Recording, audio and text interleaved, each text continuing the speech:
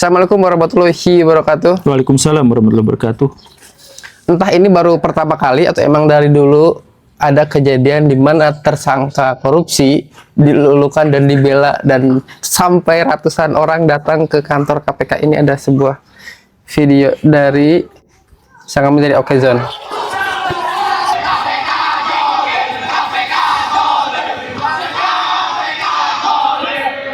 KPK apa? Zolim. Oh, zolim.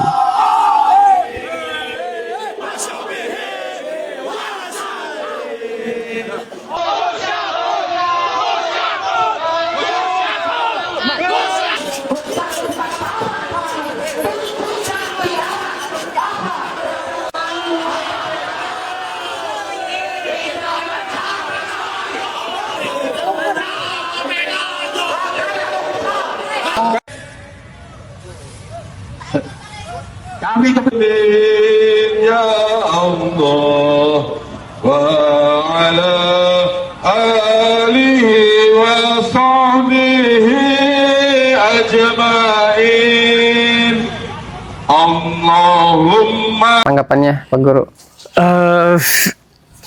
Ya, tanggapan soal demonya, kalau sebenarnya kalau demo yang agak mempermalukan mah jangan sholawatan lah ya. Ya, yang pertama mah itu ya, jadi malu juga. Tapi kalau terkait dengan bansernya, jadi gini, di lingkungan banser itu tidak ada yang mengetahui dan atau tidak ada yang setuju bahwa Gus Yakut itu korup. Gus Yakut itu dijebak. Atau bukan dijebak lah, Gus Yakut itu sebenarnya tidak bersalah sama sekali. Dan apa yang dilakukannya itu hanya sesuai dengan prosedur dan protokol yang telah ditetapkan dalam undang-undang. Itu keyakinan mereka. Itu keyakinan mereka. Karena Gus Yakut sendiri mengatakan demikian, dan kemarin saya ngobrol dengan juru bicaranya, yang diuploadnya sekarang mungkin ya. Mereka juga bilang KPK itu jahat, dalam artian mereka tuh tidak menetapkan status Gus Yakut sebagai tersangka dan sebagainya itu dengan adil, karena nggak ada buktinya, nggak ada bukti bahwa Gus Yakut itu menerima uang.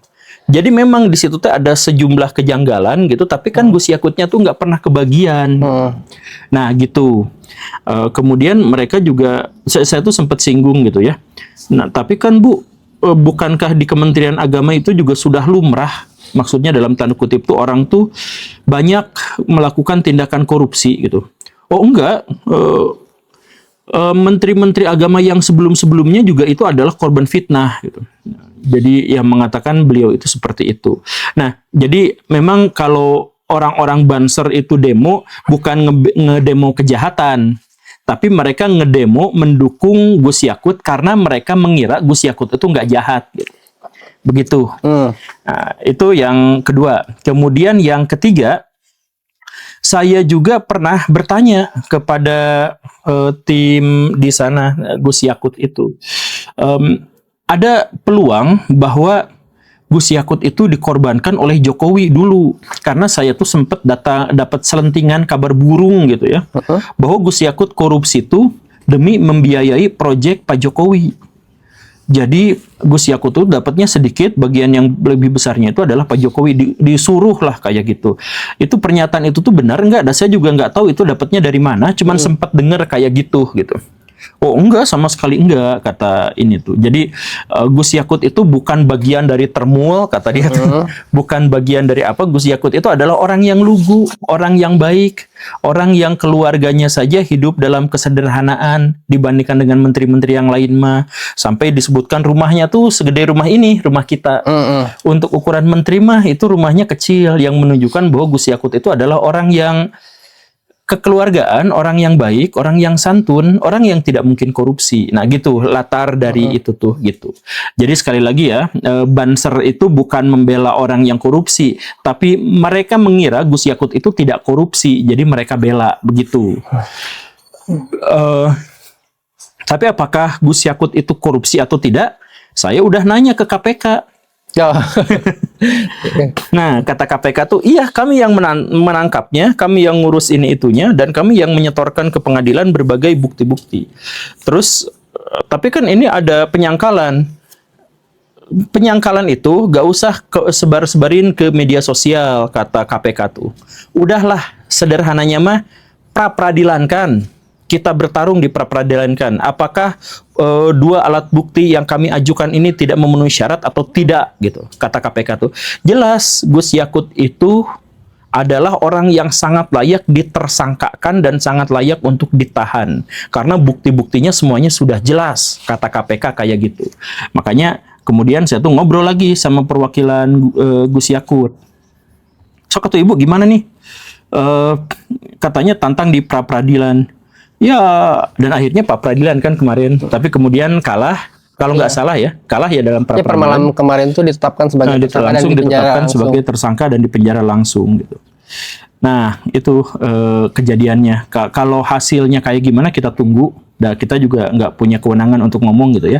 Nah, tapi yang jelas untuk Banser berhati-hatilah dengan segala jenis demo dan segala jenis upaya.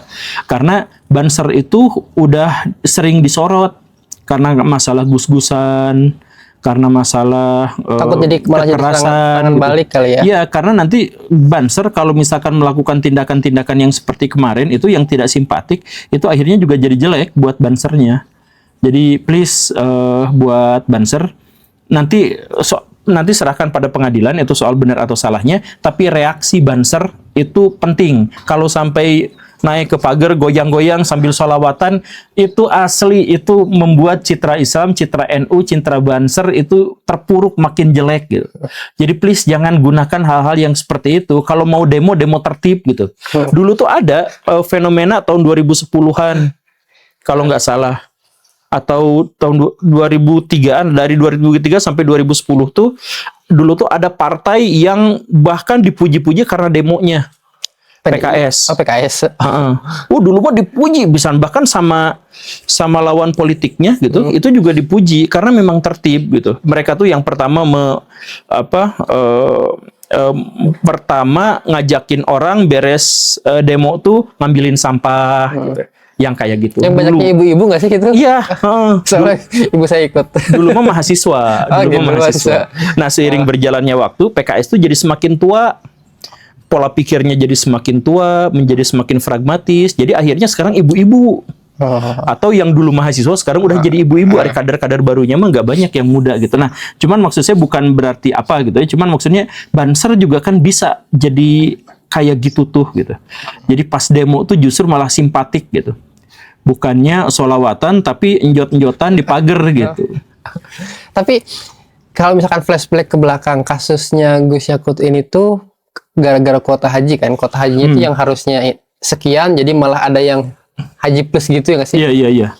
Berarti dia juga yang muncul sebagai tersangka itu satu orang Gus Yakut, nggak ada tuh yang travel siapa yang ini. Nggak, seharusnya banyak. Cuman bahkan ustadz-ustadz yang punya travel juga ada yang udah berkali-kali dipanggil gitu ya.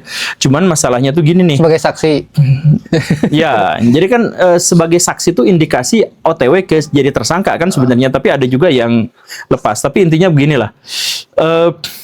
Kuota haji di Indonesia itu cukup besar. Kita tuh dapat tambahan begini dan begitu gitu kan. Nah, akan tetapi kuota itu dipecah. Untuk orang-orang yang kayak kita, yang fakir miskin, yang datang ke haji itu adalah sepenuhnya lillahi ta'ala gitu ya. Itu 90 sekian persen. Nah, untuk orang yang sekalian traveling, nongki-nongki di hotel paling mewah dan sebagainya, itu ada 8%. Begitu. Jadi pembagiannya tuh untuk yang mewah, yang apa itu 8. Nah, itu bisa cepat juga. Nah, kalau yang kita ngantri 14 tahun. Tapi 8% seharga 100% itu berennya karena angkanya itu lumayan ya. Karena nggak ada angka tingginya kan. Iya, betul. Nah, tapi ini yang jadi masalah ya. Gus Yakut itu diduga ngejual yang 90 sekian persen ini dipotong. Jadi kuota untuk fakir miskin disedikitkan. Nah, ini dijual untuk kuota orang kaya. Kuota normal lah, bukan kuota fakir miskin. Kuota normal. Masa kuota fakir miskin sih, salah-salah ya, maaf ya. Nah, dikasihin ke kuota orang kaya, raya banget gitu. Nah, jadi bayangin setengah yang awalnya bayarnya tuh berapa, ini jadi melambung 2-3 kali lipat. Nah, dikasihin ke sini. Nah, lewat jasa apa? Para travel itu.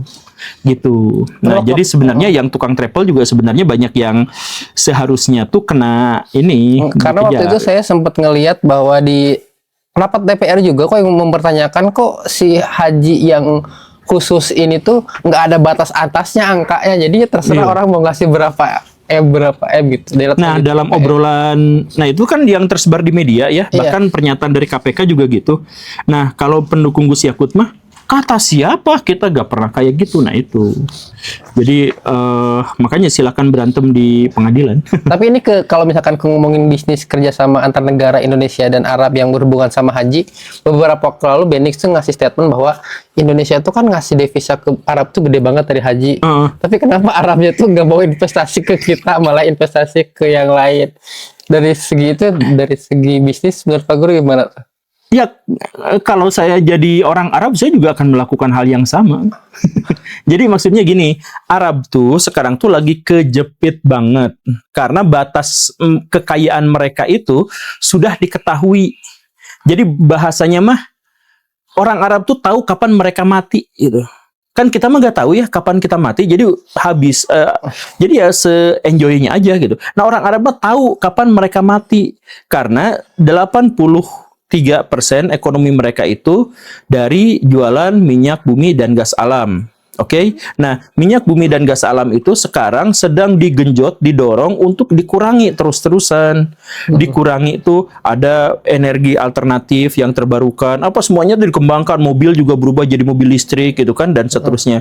Kemudian di Jerman, di Uni Emirat Arab, di Uni Eropa gitu dan lain-lain itu ada target misalkan tahun 2035 sudah nggak beli minyak gitu ya. Kemudian apa udah gitu ya. Ya walaupun penggunaan minyak tuh masih dibutuhkan dalam jangka waktu yang lebih panjang, tapi sekarang tuh sedang digalakkan supaya berkurang. Nah, Saudi Arabia itu bingung. Makanya mereka tuh habis-habisan investasi untuk menabung nanti ketika mereka sudah lahan ladang minyaknya itu sudah berkurang gitu. Nah, gimana caranya? Jadi mereka tuh ekspansi dan diversifikasi gitu. Jadi sumber daya ekonomi mereka itu harus dikembangkan ke tempat-tempat yang lainnya. Begitu. Nah, jadi ketika sudah situasinya seperti itu, terus didorong untuk investasi. Ngerti kan? Investasinya mereka pasti bukan karena belas kasihan, bukan karena Indonesia begini, bukan. Pasti mereka investasi habis-habisan di perusahaan atau di tempat usaha yang prospeknya itu pasti bagus gitu. Makanya mereka investasinya di Cina, di Jepang, di Amerika.